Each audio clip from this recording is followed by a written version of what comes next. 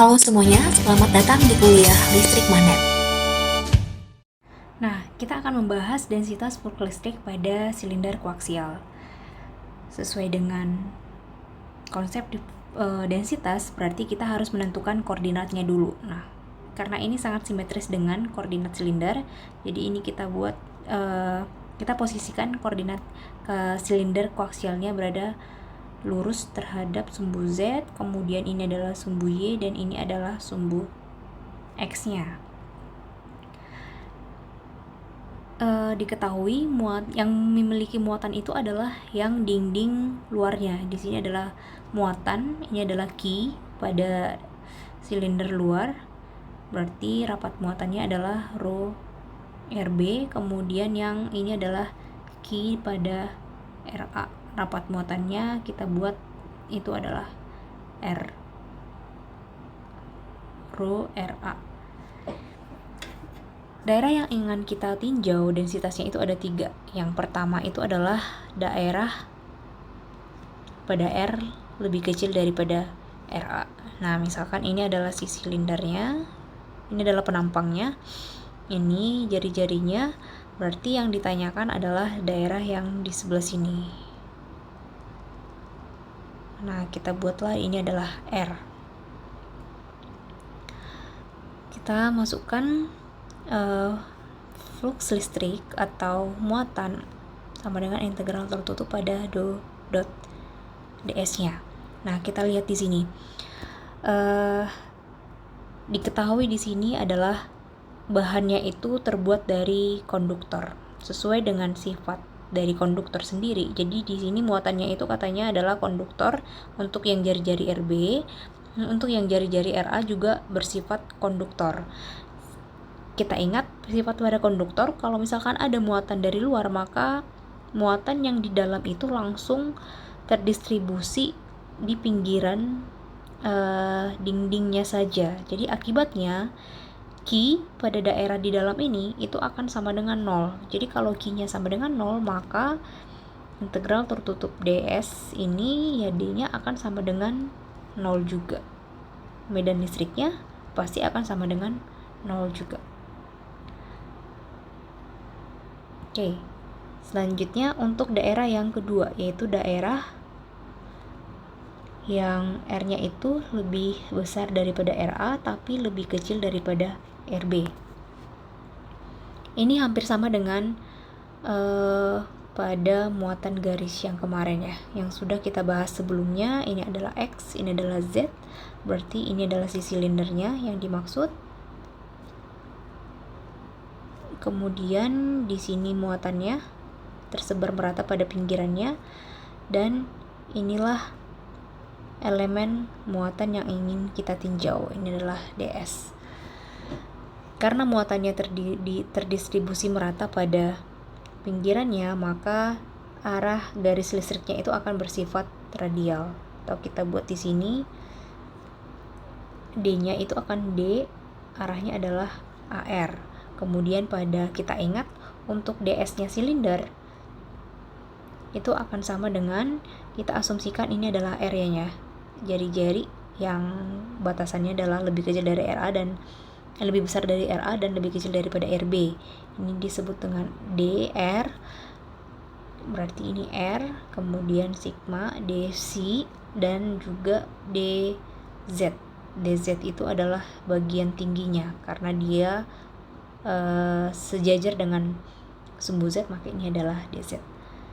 Arahnya pasti akan ke radial juga. Jadi D, RC, DZ arahnya adalah radial. Kita masukkan ke persamaan flux listrik. Berarti kita buat di sini ya. Flux listrik atau Q itu akan sama dengan integral tertutup ds dot ds. Berarti Q sama dengan integral tertutup dari D AR didotkan dengan R DC DZ arahnya ke AR juga. Kita ketahui AR didotkan dengan AR akan sama dengan 1. Berarti ini adalah D-nya kita keluarkan, D, R-nya juga kita keluarkan, berarti ini dari 0 sampai dengan 2V DC, kemudian Z dari 0 sampai dengan Z sama dengan 0, Z sama dengan L dengan panjang jari-jarinya itu adalah L misalnya, berarti ini adalah DZ, berarti sama dengan DR 2V dikali dengan L, atau D sama dengan Q per 2V RL.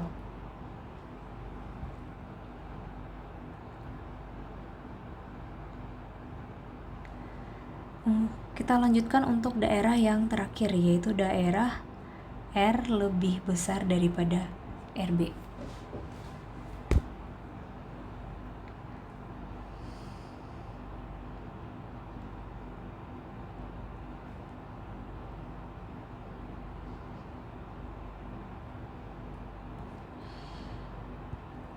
Nah, tadi kan karena dia bersifat konduktor, muatan yang terdapat dalam RA dan RB itu konduktor, muatan yang ada di sini akan terdistribusi di RA, itu akan terdistribusi pada dindingnya. Hal yang sama juga akan terjadi pada muatan yang terdapat pada RB. Karena ini positif, maka muatan negatifnya juga akan saling menarik dengan muatan positif yang ada di RA ini. Akibatnya, sesuai dengan garis medan listrik, maka mereka akan saling tarik-menarik. Ini daerah di dalam sini semua itu akan garis medan listriknya itu akan tarik-menarik semua. Jadi tidak terdapat atau tidak ada flux listrik yang berada di daerah R lebih besar daripada RB. Jadi D akan sama dengan 0 karena flux listriknya sama dengan 0. Jadi beda dengan yang tadi ya. Kalau pada daerah R lebih kecil dari A, itu yang 0 yang menyebabkan D-nya itu 0 itu akan karena Q-nya itu 0. Sedangkan di sini itu karena flux listriknya sama dengan 0. Muatannya ada pada daerah ini, tapi tidak ada garis listrik yang melewati batas di luar dari dinding RB-nya gitu. Maka E-nya juga akan sama dengan 0 juga. Oke, kita masuk ke contoh soal.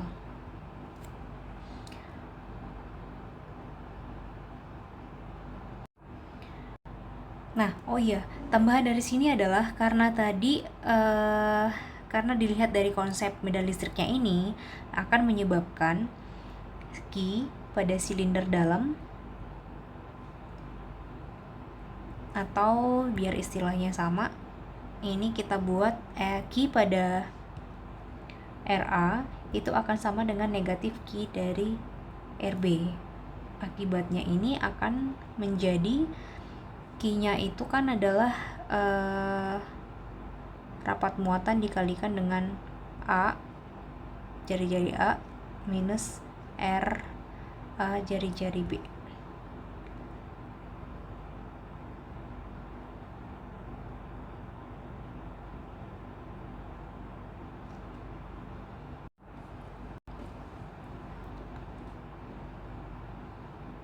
Nah, jadi ini akan menjadi rho RA, luas permukaan pada silinder itu adalah 2V RA dikalikan dengan L sama dengan minus ORB 2V RB dikalikan dengan L. Nah, ini akan sama.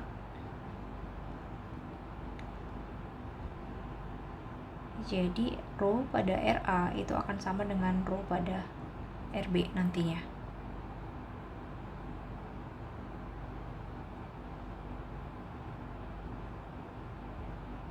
Dikalikan dengan RA dikalikan dengan RB.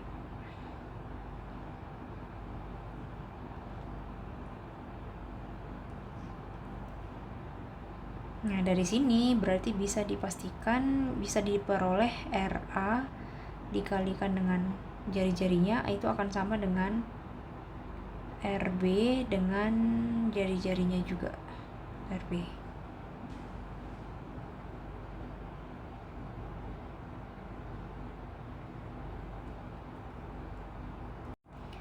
Nah, kita masuk ke contoh soal ini. Diketahui sebuah silinder koaksial dengan panjangnya 50 cm, jari-jari dalam dan luarnya 1 dan 4 mm. Kemudian besar muatan silinder dalam itu diketahui 30 nano coulomb. Yang ditanyakan adalah E dan densitas flux listrik. Karena yang hanya akan ada nilai dari E dan ini dan D-nya itu hanya akan ada pada daerah R lebih besar daripada RA dan lebih kecil daripada RB. Kita langsung bisa pakai densitas pada daerah ini. Nah, diketahui di sini D untuk RA lebih kecil daripada RB itu kan sama dengan Q per 2VR dikalikan dengan L.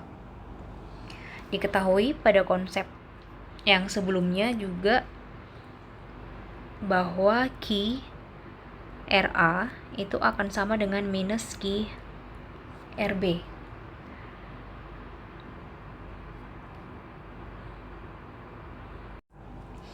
Karena Q RA-nya sudah diketahui, berarti 30 Q RA-nya itu kan sama dengan 30 kali 10 pangkat minus 9 coulomb, maka Q RB-nya juga sama dengan minus 30 kali 10 pangkat minus 9 coulomb.